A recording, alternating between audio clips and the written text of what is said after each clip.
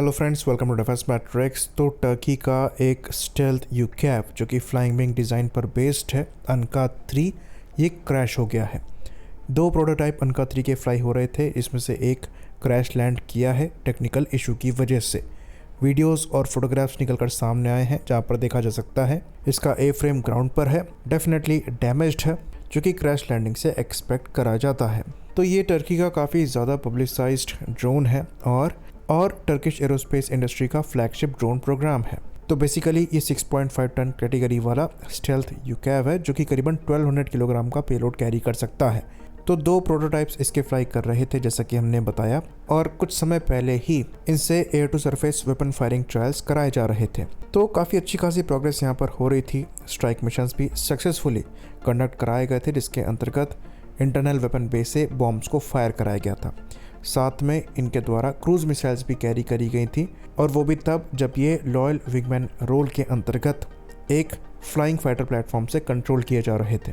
तो इस चीज़ को भी काफ़ी ज़्यादा पब्लिसाइज किया गया और बताया गया कि टर्की दुनिया की पहली ऐसी कंट्री बन गई है जिसके द्वारा एक स्ट्राइक यूएवी लॉयल विंगमैन के रोल में कंट्रोल किया गया है। तो ये टर्की का काफ़ी अच्छा एफर्ट है। इन स्टेल्थ कैटेगरी के यूकैव का डेवलपमेंट दुनिया भर में चल रहा है। ऐसे प्लेटफॉर्म को फ्यूचर की तरह देखा जा रहा है स्ट्राइक रोल के मामले में, जो कि डेडिकेटेड स्ट्राइक फाइटर प्लेटफॉर्म्स को रिप्लेस करेंगे। स्टेल्दी होने का फायदा यहाँ पर यह है कि ये एनिमी के एयर डिफेंस सिस्टम से बचकर हमला कर सकते हैं, और इनके अनमैन्ड होने का फायदा ये है कि रिस्क फैक्टर काफ़ी ज़्यादा कम हो जाता है ऐसे ऑपरेशंस को परफॉर्म करने के लिए। इंडिया द्वारा भी घातक यूकैव को बनाया जा रहा है, पर वो सेम कैटेगरी का यूकैव नहीं है। ये 6.5 टन वेट क्लास कैटेगरी में आता है, वहीं पर घातक ऑलमोस्ट 13 से 14 टन क्लास कैटेगरी का होगा, तो वो इसका दुगना होगा। खैर, अभी वहाँ से कंपैरिजन करना ठीक नहीं है, और कंपैरिजन वैसे बनता भी नहीं है, दोनों कैटेगरीज डिफरेंट है। पर टर्की द्वारा एक डिसेंट प्रोग्रेस करी जा रही है इन ड्रोन्स को लेकर, और ज़ोर शोर से इनके प्रमोशन भी किए जा रहे हैं। हर अचीवमेंट को एक बड़े इवेंट के तौर पर सेलिब्रेट किया जाता है, पर एक्चुअल में इनके वेपन्स कितने कैपेबल हैं इसका पता तो रियल कॉम्बैट में ही लगता है।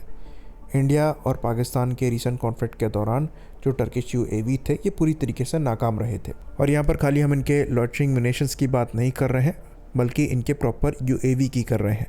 पाकिस्तान द्वारा इनके top of the line UAVs इस्तेमाल किए जाते हैं, जिसमें बायरक्टर TB2 भी है और बायरक्टर अकिंजी भी है। बायरक्टर TB2 स्पेशली काफ़ी ज़्यादा फेमस है।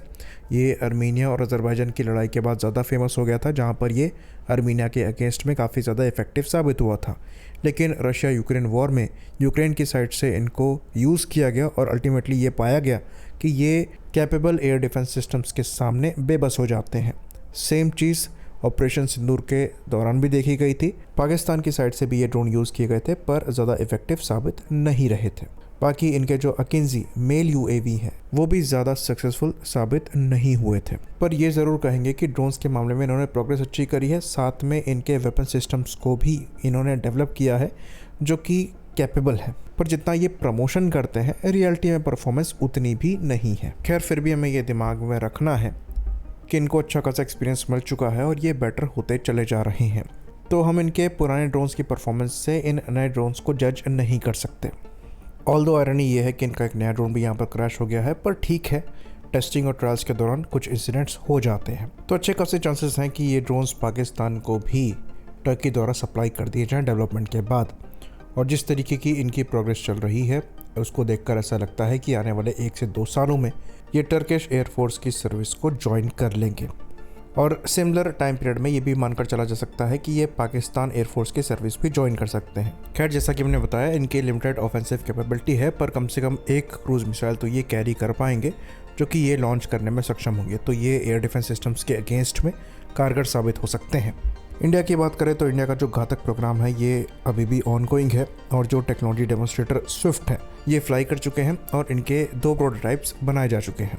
स्विफ्ट जो है ये 1 टन क्लास कैटेगरी का यूएवी है, वहीं पर घातक जो है, जैसा कि हमने बताया, ये 13 से 15 टन क्लास कैटेगरी का यूएवी होने वाला है। तो घातक आपका प्रॉपर अटैक प्लेटफॉर्म होगा, लेकिन उस पर प्रोग्रेस की गति बढ़ाने की रिक्वायरमेंट है। तो फिलहाल जो रिपोर्ट्स आ रही है उनके हिसाब से 2028 तक इसका रोल आउट हो सकता है, और ये 2030 तक प्रोडक्शन में जा सकता है, पर उस टाइमलाइन पर भी स्टिक करने की ज़रूरत है। बाकी एंटी स्टेल्थ सिस्टम्स को भी सर्विस में इंडक्ट करने की रिक्वायरमेंट एग्जिस्ट करती है, इसलिए हमारे द्वारा हेविली इन्वेस्ट किया जा रहा है VHF रडार्स पर। लेकिन स्टेल्थ के मामले में ऑफेंसिव कैपेबिलिटी को भी कारगर बनाना ज़रूरी है, जिसके अंतर्गत ये जो घातक जैसे प्रोग्राम्स हैं ये बहुत ज़्यादा क्रूशल हो जाते हैं। इवन हम यहाँ तक कहेंगे कि ये आमका से भी ज़्यादा क्रूशल है। सेम चीज़ कैट्स प्रोग्राम के लिए भी अप्लाई होती है। आई होप इन्फॉर्मेशन यहाँ पर क्लियर रही हो। इसी बात पर इस वीडियो को हम ख़त्म करेंगे। लाइक करिए, सब्सक्राइब करिए। जय हिंद।